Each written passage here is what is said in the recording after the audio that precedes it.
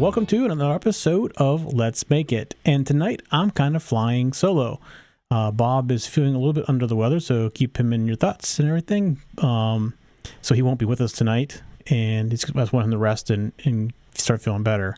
So we haven't had a show in 2 weeks because I've been on vacation. I went down to South Carolina and spent 10 days basically down in South Carolina and enjoyed myself, and finally came back, and I'm starting to get back into the groove again. In fact, I got ambitious this past weekend and tore the studio pretty much apart and redid how all the monitors are and everything in front of me and changed out the lighting. So still coming back from all those changes. So while I was gone, I was trying to think of some new show episodes and stuff. And a while back, I mentioned about a project I was going to do for our dog. And she wants to go out. She comes and she stares at you, but she doesn't tell you what she wants. And you got to ask her 3 or 4 times, and then she finally will maybe bark or run to the door when she wants to go out. So we decided a while back that I should make a button for her. So I'm going to go through that tonight. That's tonight's project. I did that using an off-the-shelf arduino board from Adafruit, and we'll talk about that too because there's 2 versions of it. One of them has an amplifier, one of them doesn't. And I got the one without first, and then I thought, well, I should have the one with, but we'll talk about that a little bit later. Okay, one thing I do want to kind of cover, and this past week, it was announced by Justin TV that they were shutting down, and they didn't give any kind of notice. They basically said, we're shut down. Anybody that was on that service that had content pretty much lost it. We're not one of those. We don't keep our content there, but we did stream through it. And Justin TV is still on our website, but it will be removed here in the next couple of days because they no longer are going to support streaming. Not sure if you had heard or how much you follow it, but Twitch TV, which is also part of Justin started Twitch for gaming, was bought by Google and YouTube. So I'm sure that had something to do with that. It's a little frustrating, probably some people that didn't have notice.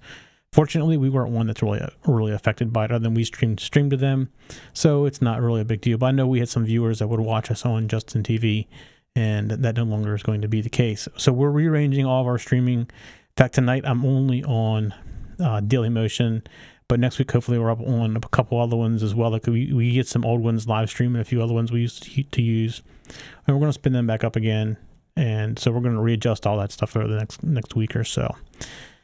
So it's just something to, if you go looking for Justin TV, or you go to our Justin TV link on the website, it's just not there. It won't work anymore. They're just gone. So that's just to make sure that we covered that. So I had a question in the chat room before the show started about our hexacopter update, and I think you all remember probably last time I talked about it, I had crashed it. Actually damaged the house more than I did it. But since I've been back from vacation, I haven't had time to go back outside. It's been kind of ugly outside anyways in storming, so I haven't really had a chance to go out and fly it around. But I do have the other ones sitting on the table ready to start assembling them. One of the things I decided to do with the hexacopter is I was having some problems with the speed controllers, and reading about them, they got to be adjusted. I guess the speed controllers are used for in airplanes and everything now as well. Instead of gasoline engines, a lot of people use them to control electric motors on airplanes. So there's this adjustment you have to do, which gives you the bottom and the top end of motion. But with the hexacopter controllers, it doesn't always work right. There's a tuning thing you got to do. So I was doing that last time when it crashed. I don't think I've ever got them correct. But what I decided to do was it's a company that makes some that don't need tuned. So they're on their way here. I thought they may have been here by the time I got back from vacation, but they haven't arrived yet. So when I get those, I'll replace those in the hexacopter and see if it flies, or not flies, but even idles a little bit better. One of the odd things about it was when you would give it power, you may have 2 blades that are spinning at idle, and the other ones weren't spin until you go to take off. And then they'd also take off and go. And after it was flying, it was fine. But if you tried to give a little bit, like if you could take a really hard, like into the wind and trying to go one angle, some of the other ones may shut off, which made it really unstable, which these other ones supposedly don't do that. So those are on the way. Let's see. I think that's pretty much all of the news that I had this week. Like I said, Bob's not going to be with us today. Hopefully he's resting up and getting starting to feel better. I know he had a rough week last week, not feeling so well. So, all right. So like I mentioned before, we had a project we wanted to do. My wife and I talked about this, and we want to do this thing for our dog because she is weird how she comes and she stares at you. And she doesn't. This dog doesn't bark. It takes a lot to get her to bark, and we have to coach her to do that. Otherwise, she just doesn't. She doesn't bark at all. She's actually the only time she barks really is when she's sleeping and dreaming. But if you coach her enough, and she has to go outside, or we call it go potty for her, and you keep asking her, she eventually will give you a little bark. So what we want to do is give her a way that she could tell us that that's what she wanted. Because sometimes she just wants water, sometimes she wants food, sometimes she has to go out. So it's kind of hard sometimes to understand what she wants. So we decided to do a button. So I'm going to show it to you. I don't have it on camera because I tore it all apart. So I'm going to hold it up. But basically what I have here is I have a gaming button, like you'd see like on a video game in any kind of video game place, an arcade or whatever. And I got these. I can't remember where I got these, but I got a bunch of them, and also got some smaller ones too that you find on video games. But it's a big button. It lights up. There's an LED inside of it. It lights up. And then from Adafruit, I got this shield, which is attached to right now just a Arduino Uno, and then there's a shield. And let's see if I get the name of the shield. It's just called the Music Maker Shield. And it comes in two flavors. It comes with one with an amplifier built onto it and one with not. So you can get audio out through this little plug, like into earphone, to a stereo or something like that. But I want to put this in a box by itself. So I got them first, not realizing that there was two versions of it. Then I ordered another one with amplifiers on it. So this has an amplifier on it. It's a low power amplifier, but it's enough to power this little speaker here. It's a little 8 ohm speaker, and it works well for that. So one of the things, if you saw when I was holding it up, but every so often it blinks. It's about every 10 seconds or so. It'll give you a real quick blink. I don't know if you can see on the camera or not. Let's see. Come on.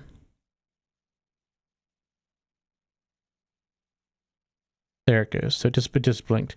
That's just so we know it's working, and it's also I want to try to teach our dog that that's what she needs to touch when it goes off. But what I did is I went out to 5rr.com, which is a place where you can get things done for $5, and I paid somebody $5 to do a voiceover as my dog saying she has to go potty, and she gave me like probably 8 or 9 different versions of that, and actually was kind of funny because she was trying to think. She made comments while she was recording, like trying to think what her pets would say. But what I did, I took that WAV file she sent me, and I broke it into individual files, and those files are stored on the SD card that's on this right here. And I'll try to get some pictures of this and stick it up on the notes because I don't have a camera overhead to zoom in and show this week.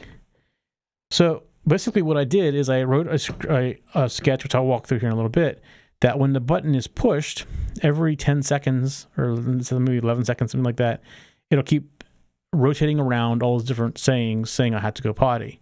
And then if we want to turn it off, we just hold it down for 5 seconds, and then when we do that, it stops and goes back to normal.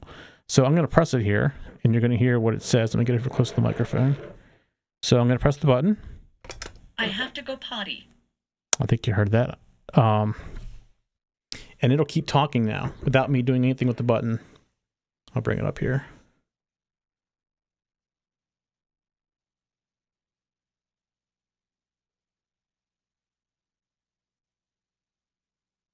It feels like forever when you're like this.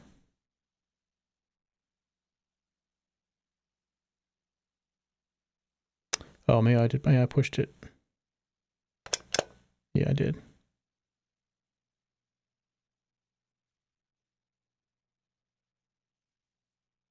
I have to go potty.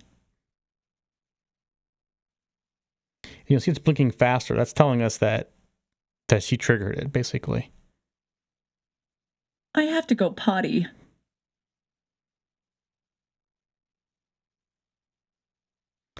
And I'll let it go a couple more times here then. I have to go potty.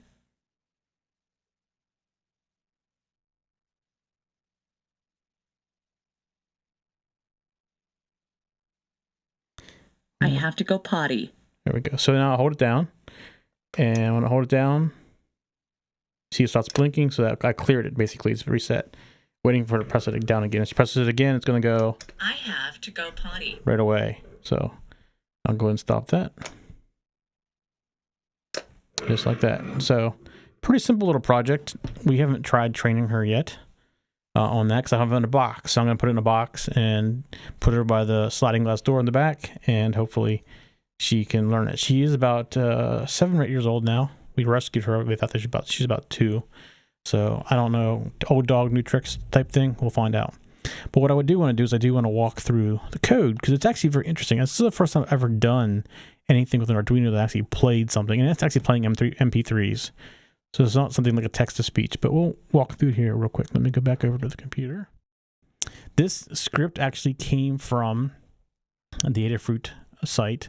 So I downloaded it when it's from the, if you go look at the board itself, you can find the library, and also in the library is from samples. So I basically took the Adafruit samples and I cut it up pretty good.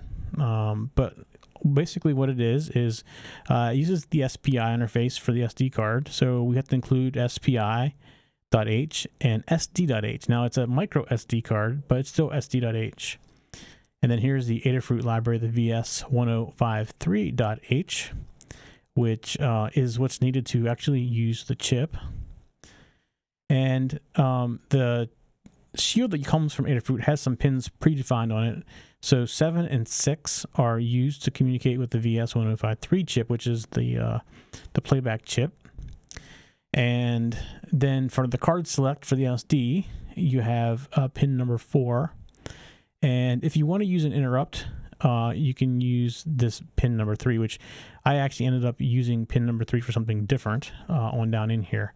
So I'm not using interrupt, so it doesn't really matter in my particular case.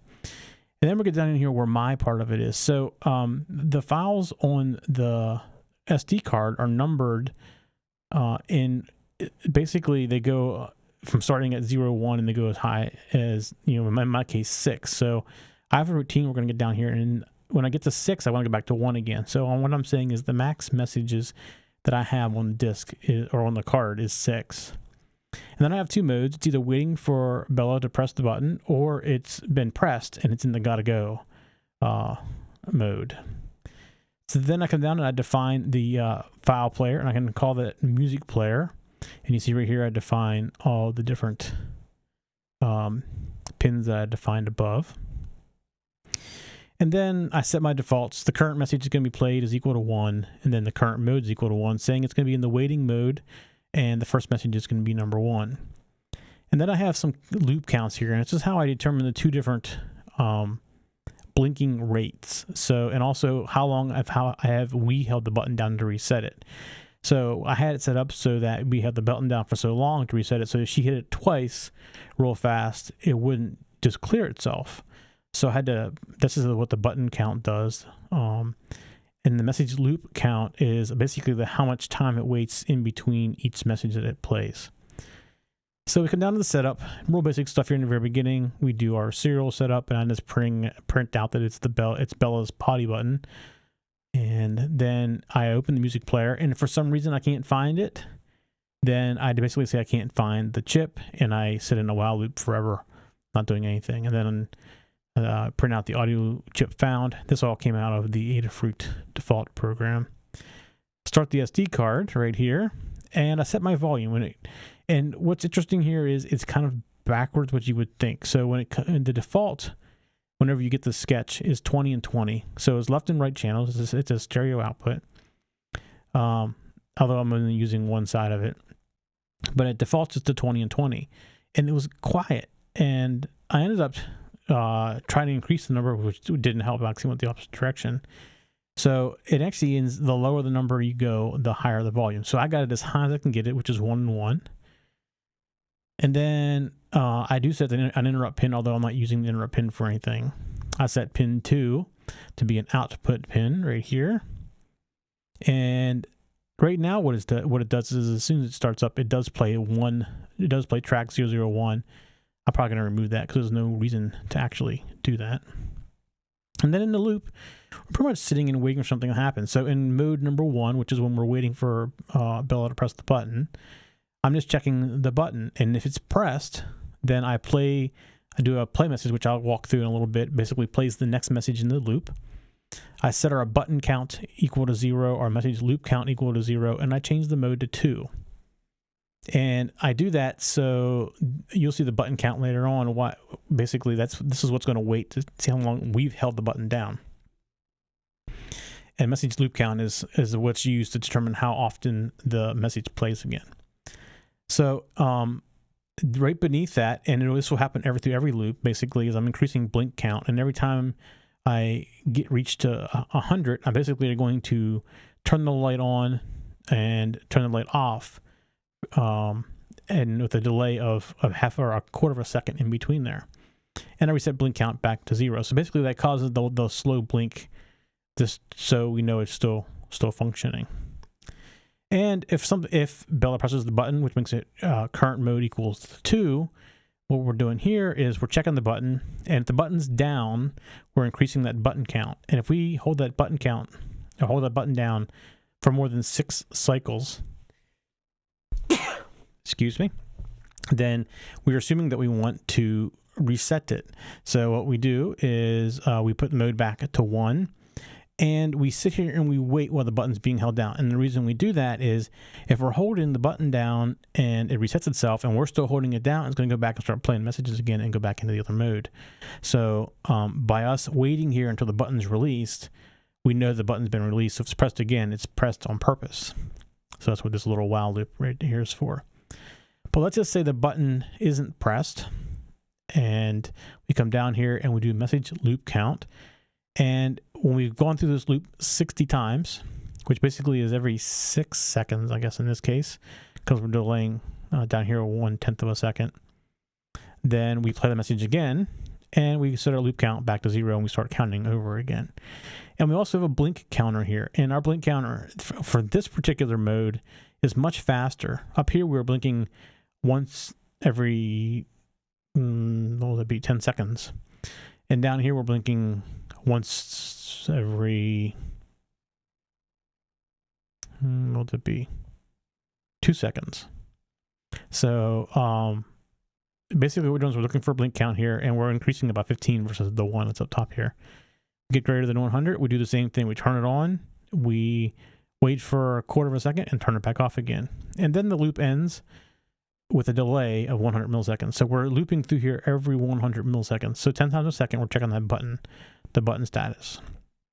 And then the only other thing that's in here really is a simple routine that actually does the playing. So this is what play messages does right here.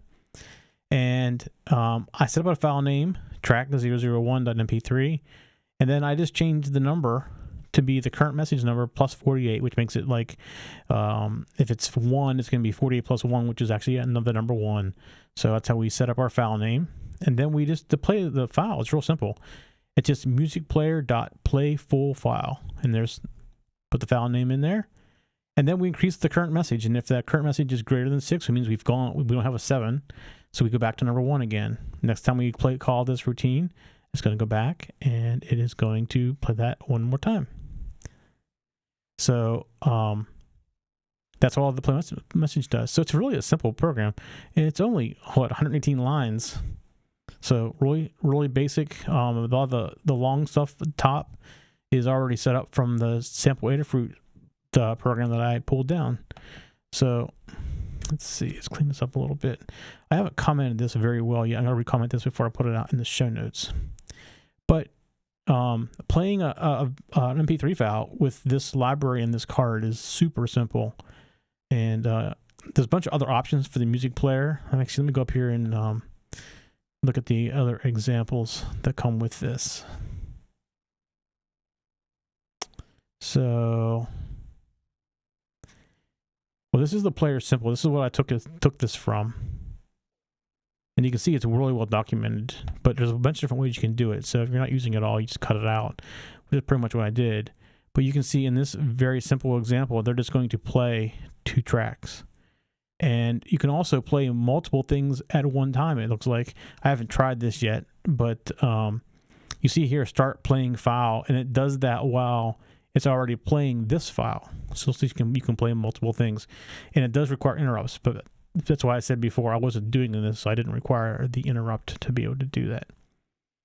And down here, they have serial controls like start and stop, stuff like that, right down in here. Let's see, what other examples does this library come with? Here's a GPIO test. Let's see what this does. It's, oh, I see. It's just doing some GPIO for beginning and ending and things like that. Oh. Well, also you can do some control over the actual player itself using GPIO. And it can read, I guess the library has GPIO built into it, as it looks like. I haven't really researched that very much because all I always want to do is play. But the board comes with extra row of holes so you can do your own connections to the pin numbers as well. All right. So that is the Adafruit. What did I say it was called again? Music Maker MP3 Shield. And because I have 2 copies of it now, I have one without and one with an amplifier. The amplifier is not really powerful, but it runs these little speakers, just fine. So, and I could actually run 2 speakers with it. So my next step is to build a box. Now I kind of recorded me putting this up together, and I'll go through that in maybe another segment and putting it in the box and everything. Because I put little clips. You can't really tell probably from the distance without the camera ahead, but these are like slide-ons. And the actual button itself, I don't know if you've ever seen one of these, is actually very interesting because this is just a hollow piece of plastic with some little push pins on it. So it doesn't do anything by itself. And then that button is just a typical edge button with an LED in the middle. So you've seen all these buttons sometimes with like little arms on them that trigger when something hits it. So it's sometimes they call them edge buttons. Sometimes they call them when CNCs. I can't remember what they're called. But anyways, there's the button. Just real tiny little thing. You just push it like this. I have to go potty. And you see there's the message. And now you can try to see the LED now. It's blinking faster until I stop it. So, but yeah, it's a very interesting button. They make these in all kinds of sizes too. I was just on vacation when I was down on the way to South Carolina. We stopped at Dave & Buster's with our nephews, and I saw these things everywhere in there. And there's one game that probably had at least 100 of these on it, and they're blue. And the idea was like whack-a-mole, but it was vertical instead of horizontal, and you had to hit it with your hands. So I was amazed how many things are around. And then I have littler ones too for other video games, for like start buttons and things like that. So very interesting, very fun to play with. So I think that's pretty much it. It's gonna be a short show this week. Didn't really have a lot more than this planned, and with Bob being out, so I won't hold everybody up. I'll make it as short so you can get back and go play with your toys and your electronics and everything. Let me see if I got anything here in the chat room.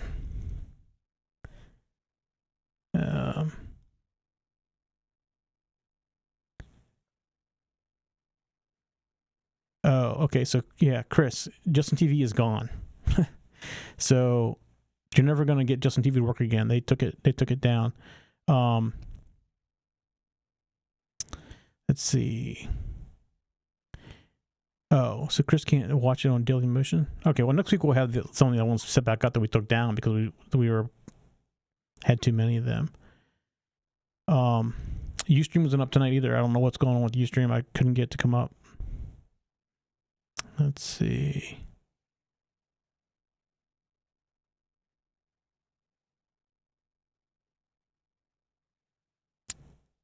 Oh, Chris is having problems viewing. Yeah, since I can't get the Daily Motion, I don't know why that would be the case. But I'm not sure what's going on with Ustream, although I don't recommend Ustream anyways because it's to make commercials on it. But we will have some of the older ones that we're using before back in there, maybe Vaughn or something like that will get set back up. Plus, we're also looking at YouTube Live, which is a bad example to use when you're watching live because the delay is really long. It can be more than a minute delay, so you can't chat back and forth I mean, already we have delay. Can you imagine adding another minute on top of that? So, but we may do that anyways. We are actually setting up a Wowza server, a dedicated server outside of here, and we'll just stream to it, and we can stream everywhere that way. The reason we took down the other ones like Vaughn was we didn't have enough bandwidth to do them all, and Dailymotion was a better quality video than any of the other ones, so we put that as a priority. But with Justin gone, we need to start doing more of this.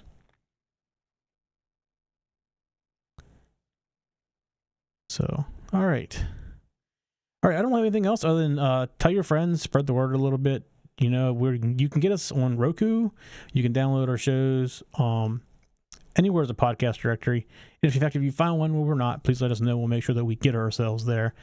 We can get us on Stitcher, although I'm not quite sure how well we translate to audio only. And something, this is the other thing I meant to mention in the very beginning. WLMN Radio out of Crofton, West Virginia is starting to carry our shows, and they also have a TV version of it now. I think it's only on at night, and we'll start showing up on there as well. So we'd like to welcome WLMN Radio in Crofton to the TechZen TV family, or, well, the welcome us, whatever.